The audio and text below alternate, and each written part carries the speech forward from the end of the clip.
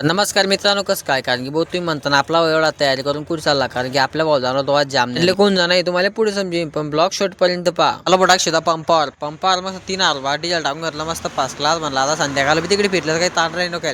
Diesel गेल टाकून आम्ही निघालो भाऊ जामनेरला जायचं रस्त्यानं 120-360 स्पीडनं. तुम्हाला तर माहिती आपली स्पीड काय मला ते आला तुमचा भाऊ शेंगोड्याला ती यात्रा भरून जाय भाऊ. म्हणलं चांगली गोष्ट आहे, ती कुणी लोक भरून जाईल म्हणलं भाऊ आपली यात्रा. आला भाऊ तुमचा भाऊ गॅरेजवर आपल्याला बाहुबली सुचला होता. मग तरी आलो डायरेक्ट मस्त काकाला म्हणलं आपला नंबर लावा, म्हणलं लवकर आपण लांबचे माणसं आहे म्हणलं. त्या काकाने बॅकलं आपलं. मग काका लागले आपल्या कॅक्टरचे पुले आतडे उतरले बाहेर काढायला.